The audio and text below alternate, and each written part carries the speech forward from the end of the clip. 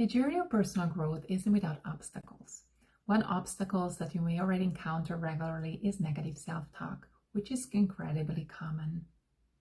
But understanding where it comes from and how it can show up for you personally can do a great deal to help you move past it and not be swayed by it. First, what is negative self-talk? It is an automatic, sometimes subconscious stream of self-critical thoughts. Some refer to it as the inner critic, a fitting name because its job seems to be pointing out things like mistakes, insecurities, and things you might not like about yourself. It is not the same as the constructive self-criticism because it is not productive, encouraging, or improvement focused. Instead, it tends to be harsh, all or nothing, and demotivating. As you're listening to this description, you probably can think of a few recurring phrases that you tend to hear in your own mind. So where does it come from if it's so unhelpful? Why does it surface in your mind like this? While negative self-talk is a habit, it can often start with things like societal influences, mental health conditions, and past experiences.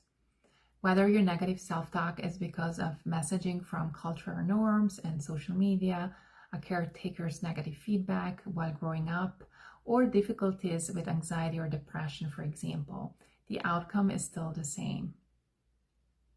Distorted thinking patterns take shape, and we spend our days and maybe even lives feeling inadequate and keeping ourselves small. Now it can help to ask yourself, how does negative self-talk show up for me? It is different for everyone, but because it's automatic, noticing its patterns is the first step towards stopping it. So consider what kinds of thinking traps you tend to fall into. Your negative self-talk might mirror those. For example, if you have a habit of mind reading, you might assume or decide that you know exactly what people might think of you, and you believe those things. When we do this instead of questioning our thoughts, it is a quick entry point to spiraling downward and maybe even believing there is no point in trying to grow or even change. But that doesn't have to be the end of the story, which is wonderful news. Okay, my high achiever friend, thank you for watching this video on negative self-talk. In the next ones, I'll dive into this topic a bit more, so stay tuned.